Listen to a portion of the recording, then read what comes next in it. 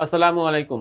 আমরা অষ্টম অধ্যায়ের আমাদের বোর্ড বইয়ের অনুশীলনীতে যেই সৃজনশীল প্রশ্নসমূহ থাকে আমরা সেই প্রশ্নসমূহ সমাধান করব। তো এই পর্যায়ে আমরা আমাদের অনুশীলনীর ১ নং সৃজনশীলটি সমাধান করার চেষ্টা করছি। তো দেখো ফার্স্টে আমাদেরকে কিন্তু বিক্রিয়া দেওয়া হয়েছে উদ্দীপক হিসেবে।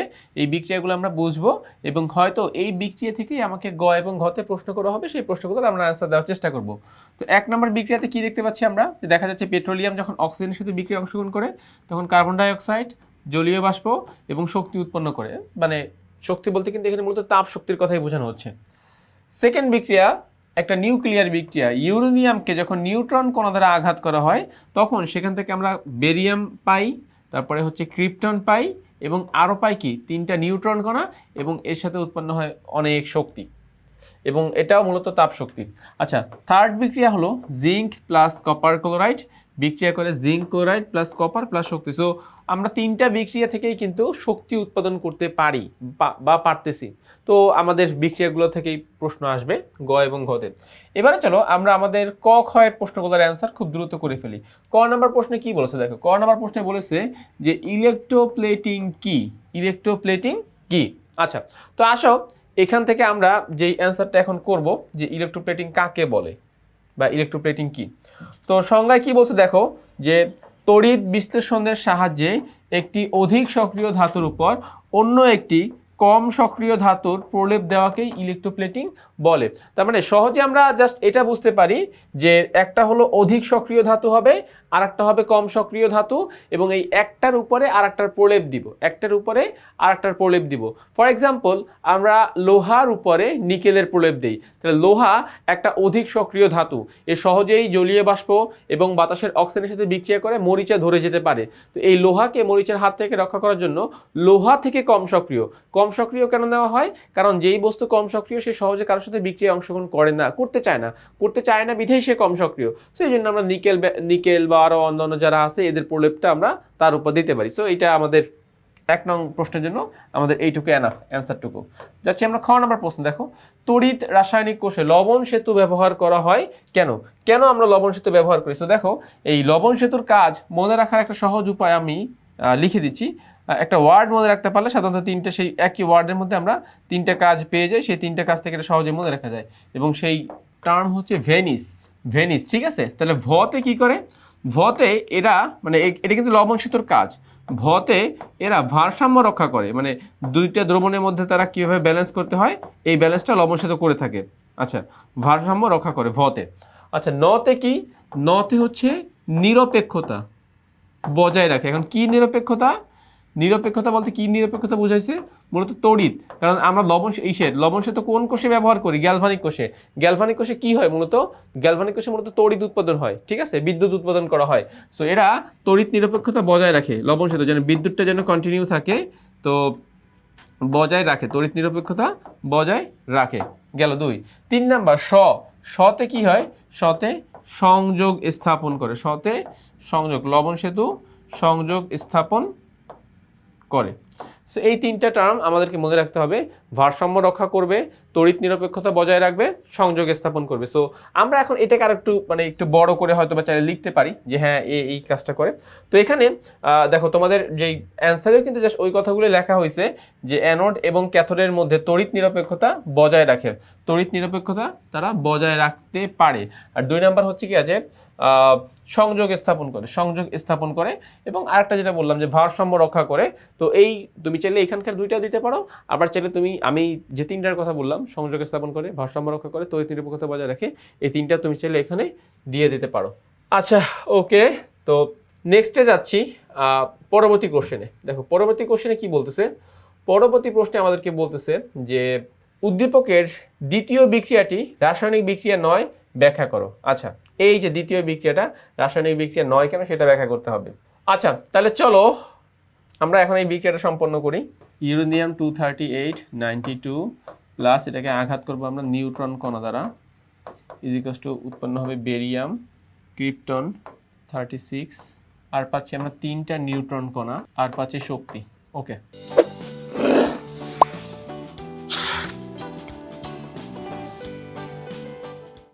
এবারে আসো। সো এই বিক্রিয়াটা আমরা এখান থেকে পেয়ে যাচ্ছি, যে এখান থেকে মানে নিউক্লিয়ার বিক্রিয়াটা কীরকম হবে এটা আমরা এখান থেকে পেয়ে গেলাম। আর আর অন্যান্য যে রাসায়নিক যে বিক্রিয়াগুলো হয়, ধরো তুমি প্রশমন বিক্রিয়ার কথা বলতে পারো, sodium hydroxide plus hydrochloric acid বিক্রিয়া করে উৎপন্ন করবে সোডিয়াম ক্লোরাইড লবণ প্লাস সোডিয়াম ক্লোরাইড লবণ প্লাস H2O পানি, তাহলে এইটাই উৎপন্ন করবে। তো আমরা দেখো দেন এই যে এখানে যে এদেরকে আমরা লিস্ট করলাম, তো এখান থেকে আমরা প্রমাণ করব যে উপরের বিক্রিয়াটা রাসায়নিক বিক্রিয়া না, নিচের বিক্রিয়াটা একটা রাসায়নিক বিক্রিয়া। তোমাকে চাইলে রাসায়নিক বিক্রিয়ার আরও কিছু এক্সাম্পল দেওয়া যেতে পারে, যে নাইট্রোজেন প্লাস হাইড্রোজেন বিক্রিয়া করে অ্যামোনিয়া তৈরি হচ্ছে। তো আমাদের এই যে দেখো আমরা যেটাকে লাল কালার দিয়ে টিক চিহ্ন দিলাম, এরা রাসায়নিক বিক্রিয়া। এখন এদের মধ্যে কি কি শর্ত আছে, কি কি শর্ত আছে? প্রথম শর্ত হচ্ছে রাসায়নিক বিক্রিয়ার মাধ্যমে নতুন করে বন্ধন তৈরি করতে হবে, নতুন করে বন্ধন তৈরি হবে, একটা পরমাণু আর একটা পরমাণুর সাথে বন্ধন তৈরি করবে রাসায়নিক বিক্রিয়ার মধ্যে। যেমনটা তোমরা দেখতে পাচ্ছ যে নাইট্রোজেন আর হাইড্রোজেন বিক্রিয়া করে একটা বন্ধন অ্যামোনিয়া তৈরি করছে। আবার এখানে দেখো এখানে আগে থেকে বন্ধন ছিল কিন্তু বন্ধন ভেঙে যাচ্ছে, এই যে OH আর হাইড্রোজেন যুক্ত হয়ে উৎপন্ন করতেছে কি H2O, আবার সোডিয়াম আর ক্লোরিন যুক্ত হয়ে কি উৎপন্ন করতেছে NaCl। সো এরকমভাবে আমরা এখানে বিভিন্ন রকমের বন্ধন আমরা দেখতে পাচ্ছি। তো বলা যায় যে রাসায়নিক বিক্রিয়ায় অবশ্যই পরমাণুসমূহের মধ্যে বন্ধন তৈরি হতে হবে, এটা 1 নম্বর শর্ত। 2 নম্বর শর্ত যেটা বলা হয় যে রাসায়নিক বিক্রিয়ায় সাধারণত ইলেকট্রন আদান প্রদান ঘটতেও পারে নাও ঘটতে পারে। যদি শুধু বলি ঘটবে তাহলে হবে না, কেননা এই যে আমাদের উপরের যে প্রশমন বিক্রিয়া, এখানে বিক্রিয়া সম্পন্ন হয়েছে কিন্তু ইলেকট্রন আদান প্রদান হয় নাই, বাট নিচের বিক্রিয়াটা কিন্তু আবার ইলেকট্রন আদান প্রদান হয়। অণুসমূহ বা পরমাণুসমূহ একে অপরের মধ্যে ইলেকট্রন আদান প্রদান করে থাকে, ওকে, বা ইলেকট্রন শেয়ার করে থাকে। তো এই কথাগুলো আমাদেরকে মনে রাখতে হবে যে নতুন করে বন্ধন তৈরি হয়েছে কিনা, এখানে ইলেকট্রন শেয়ার হচ্ছে কিনা। তো এই কথাগুলোকে বা এই শর্তগুলো যারা মানবে এদেরকে সাধারণত আমরা প্রশমন বিক্রিয়া বলি বা রাসায়নিক বিক্রিয়া বলি শর্ত হিসেবে। এবারে চলো তো উপরের বিক্রিয়াটাতে আমরা যাই। উপরের বিক্রিয়াতে আমরা কি কোনো বন্ধন দেখতে পাচ্ছি? দেখো তো, এটা একটা সলিড একটা পরমাণু তৈরি হয়েছে বেরিয়াম, এটা আর একটা সলিড পরমাণু বের হয়েছে যেটা ক্রিপ্টন, নিউট্রন কণা পাচ্ছি, শক্তি পাচ্ছি। তো এটা মূলত রাসায়নিক বিক্রিয়া না, এটা মূলত নিউক্লিয়ার বিক্রিয়া। নিউক্লিয়ার বিক্রিয়া কি? নিউক্লিয়ার বিক্রিয়া হচ্ছে যে বড় একটা নিউক্লিয়াস নিব আমরা, ধরো এই যে এখানে আমরা বড় একটা মৌলের নিউক্লিয়াস নিলাম, এটাকে নিউট্রন কণা দ্বারা আঘাত করলাম, আঘাত করে আমরা দুইটা ছোট ছোট নিউক্লিয়াসে পরিণত করলাম। এখানে কিন্তু নতুন করে কোনো বন্ধন তৈরি হচ্ছে না, নতুন করে এখানে কোনো বন্ধন তৈরি করা যাচ্ছে না, ঠিক আছে?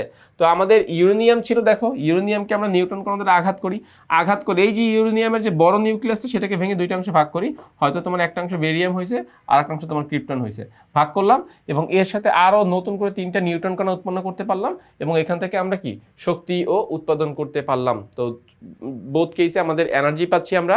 কিন্তু রাসায়নিক বিক্রিয়া এই জন্য বলবো না, নাম্বার 1 এখানে কোনো ইলেকট্রন আদান প্রদান হচ্ছে না, নাম্বার 2 বিক্রিয়াটা নিউক্লিয়াসকে কেন্দ্র করে হচ্ছে, সো এটাকে আমরা নিউক্লিয়ার বিক্রিয়া বলবো, আর নাম্বার 3 হচ্ছে নতুন করে কোনো বন্ধন তৈরি হচ্ছে না, অর্থাৎ আমরা একটা পরমাণু থেকে আরও দুইটা ছোটো ছোটো পরমাণুতে শিফট হতে পারতেছি। সো তাই বলা যায় যে শর্তগুলো তোমাদের সামনে উপস্থাপন করলাম বা আলোচনা করলাম, সেই শর্তের ভিত্তিতে উদ্দীপকের 2 নং, উদ্দীপকের 2 নং এই যে বিক্রিয়াটা দেখতেছি এটা হচ্ছে উদ্দীপকের 2 নং বিক্রিয়াটি রাসায়নিক বিক্রিয়া নয়, বরং বিক্রিয়াটি যেহেতু নিউক্লিয়াসকে কেন্দ্র করে হচ্ছে আমরা এটাকে বলতে পারবো নিউক্লিয়ার বিক্রিয়া। ফাইন, আমাদের গ নাম্বার প্রশ্নেরও অ্যান্সারটা কমপ্লিট হয়ে গেল। আমরা এবারে যাচ্ছি ঘ নাম্বার বিক্রিয়াতে। দেখো ঘ নাম্বার বিক্রিয়াতে কি বলতেছে যে শক্তি উৎপাদনে 1 ও 3 নংয়ের বিক্রিয়া তুলনা করে, মানে শক্তি 3 নং বিক্রিয়া শক্তি উৎপন্ন হচ্ছে আর 1 নং বিক্রিয়া শক্তি উৎপন্ন হচ্ছে, বাট কোনটা ভালো? ওকে, তো তুমি এই যে 3 নং বিক্রিয়াটি ফলো করো। 3 নং বিক্রিয়াটি এখানে আমরা যেটা বলতে পারি যে 3 নং বিক্রিয়াটি মূলত এখানে দেখাচ্ছে প্রশমন বিক্রিয়া, ধরলাম প্রশমন বিক্রিয়া, প্রশমন না তো প্রতিস্থাপন বিক্রিয়া যে জিঙ্ক গিয়ে কপারকে প্রতিস্থাপিত করে জিঙ্ক ক্লোরাইড উৎপন্ন করতেছে আর কপারটা মুক্ত হয়ে যাচ্ছে এবং শক্তি উৎপাদন হচ্ছে। এবং এই বিক্রিয়াগুলোই কিন্তু আমরা আবার কোথায় ব্যবহার করতে পারি? এই জিঙ্ক কপার ক্লোরাইড এদেরকে কোথায় ব্যবহার করতে পারি? এদেরকে কিন্তু আমরা গ্যালভানিক কোষে ব্যবহার করতে পারি। কেননা তোমরা জানো যে গ্যালভানিক কোষে যদি অ্যানোড দণ্ড তৈরি করা হয় তাহলে সেখানে কে থাকবে? জিঙ্ক এবং জিঙ্কের তৈরি লবণ জিঙ্ক ক্লোরাইড, আর ক্যাথোড দ্রবণে কে থাকবে? কপার এবং কপারের তৈরি লবণ। সো এখান থেকে শক্তি উৎপাদন করতে বলছে মূলত, কিন্তু আমরা যে গ্যালভানিক কোষের মাধ্যমে যেই বিদ্যুৎ শক্তি উৎপাদন করি সেই শক্তির কথা এখানে মেনশন করা হচ্ছে। আচ্ছা, আর উপরে যেটা আছে পেট্রোলিয়াম এবং অক্সিজেন, এই পেট্রোলিয়াম এবং অক্সিজেন বিক্রিয়া করে কার্বন ডাইঅক্সাইড পানি এবং শক্তি উৎপাদন করতেছে। তাহলে এখানের এই শক্তি কিন্তু তোমার তাপ শক্তি। কি শক্তি? তাপ শক্তি।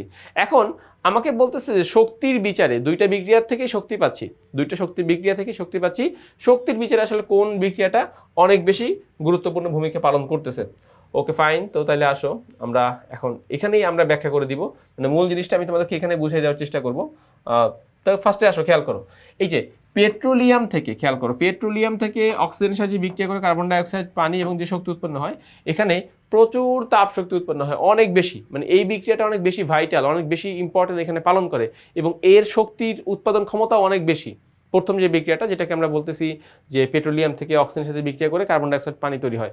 এখন দেখো আমাদের দেশে কি করা হয়, আমাদের দেশে মূলত এই পেট্রোলিয়ামকে কিন্তু অনেক সময় বিদ্যুৎ উৎপাদনের কাজে ব্যবহার করা হয়, তাপ উৎপাদনের কাজে ব্যবহার করা হয়। সো তোমার এই পেট্রোল থেকে তুমি যেই পরিমাণ তাপ শক্তি পাবা, এটা কিন্তু তুমি অন্য কোনো সোর্স থেকে এত পরিমাণ তাপ শক্তি তুমি পাবা না। শুধুমাত্র এটাই না, এটাকে আমরা আরও নানানমুখী কাজে ব্যবহার করি। আমরা যেরকম তাপ শক্তি উৎপাদন করতেছি কার্বন ডাইঅক্সাইড, পানি, এটা আমাদের জ্বালানির জন্য ব্যবহৃত হয়, গাড়ির ফুয়েল হিসেবে ব্যবহৃত হয়। সো অনেক কাজে, মানে এর মানে ব্যবহারটা অনেক বেশি, বিভিন্ন সেক্টরে আমরা একে ব্যবহার করতে পারি। 1 নং বিক্রিয়াটি, তাহলে আমরা কি বলতে পারবো যে 1 নং বিক্রিয়াটির ভূমিকা আসলে আমাদের দৈনন্দিন জীবনে অনেক বেশি। এখান থেকে বেশি পরিমাণ তাপ উৎপাদন করা যেতে পারে, নানান কাজে এটাকে ব্যবহার করা যেতে পারে, জ্বালানি হিসেবে ব্যবহার করা যেতে পারে, রান্নাবান্নার কাজে ব্যবহার করা যেতে পারে, তারপরে হচ্ছে আরও অন্যান্য সোর্সে আমরা এটাকে ব্যবহার করি। সো এই জন্য 1 নং বিক্রিয়াটির গুরুত্ব আমাদের দৈনন্দিন জীবনে অনেক বেশি। সো আমি যেই কথাগুলো তোমাদেরকে বললাম, তোমরা কিন্তু সেই কথাটাই এক্সামে সুন্দর মতো সাজিয়ে লিখবে, আমি যেই পয়েন্টগুলোকে মেনশন করলাম। আচ্ছা, এবারে আসো 3 নং বিক্রিয়া। 3 নং বিক্রিয়া দিয়ে কিন্তু মূলত আমরা গ্যালভানিক কোষে বিদ্যুৎ উৎপাদন করতে পারি। সো এই সোর্সের বিদ্যুৎ থেকে আসলে যেই মানে বিদ্যুৎকে যেভাবে কাজে লাগানো যায়, মূলত সেই কাজের জন্য তোমার 3 নং বিক্রিয়াটি গুরুত্বপূর্ণ। বাট মূল ফ্যাক্টর হচ্ছে 3 নং বিক্রিয়ায় বিদ্যুৎ শক্তি উৎপাদন করা গেলেও এখানে ম্যাসিভ না, মানে এমন না যে অনেক বড় একটা অ্যামাউন্ট এর বিদ্যুৎ আমি পাচ্ছি, এমনটা কখনো হয় না। তো এটা বিদ্যুৎ শক্তি উৎপাদন করা যায়, বাট শক্তির পরিমাণটা যদি আমরা একের সাথে কম্পেয়ার করি, একের সাপেক্ষে এটা অনেক কম। শক্তির যে হার বলো, শক্তির উৎপাদন ক্ষমতা বলো, এটা একের তুলনায় অনেক কম। তাহলে কি বলা যায়? তাহলে বলা যায়, যেখানে তো বলেই দিয়েছে যে শক্তি উৎপাদনে 1 ও 3 নংয়ের বিক্রিয়া তুলনা করো। 1 নং বিক্রিয়াটি শক্তি উৎপাদনে অনেক অনেক বেশি আগানো, এবং এর ব্যবহারটা আসলে অনেক সেক্টরে আমরা বেশি করতে পারি। মূলত দেখো 1 নং বিক্রিয়া যে তাপ শক্তি উৎপাদন করা হয়, সেখান থেকেও কিন্তু আসলে বিদ্যুৎ উৎপাদন করা যায়, অনেক বেশি পরিমাণে বিদ্যুৎ উৎপাদন করা যেতে পারে। বিভিন্ন পেট্রোলিয়াম শিল্প বা অন্যান্য জায়গায় কিন্তু আমরা তাপ শক্তির জন্য এইগুলোকে ব্যবহার করতে পারি। সো 1 নং বিক্রিয়াটির ভূমিকা আমাদের দৈনন্দিন জীবনে অনেক বেশি, বিভিন্ন সেক্টরে আমরা সেই 1 নং বিক্রিয়াটাই ব্যবহার করে থাকি। তাহলে শক্তির উৎপাদনের বিচারে অবশ্যই 3 নং এবং 1 নংয়ের মধ্যে 1 নংটি বেশি আগানো। 3 নংটি শক্তি উৎপাদন করতে পারে, বাট যদি আমরা 1 নংয়ের সাপেক্ষে কম্পেয়ার করি, সেই দিক থেকে সে পিছানো। জাস্ট এইভাবে তোমরা ব্যাখ্যাটা করে দিবা। তো তাহলে তো আমাদের ক খ গ ঘ 4টা প্রশ্নের অ্যান্সারই কমপ্লিট হয়ে গেল। আমি আশা করতেছি তোমরা এই সৃজনশীল প্রশ্নের অ্যান্সারটুকু প্রপারলি বুঝতে পেরেছো।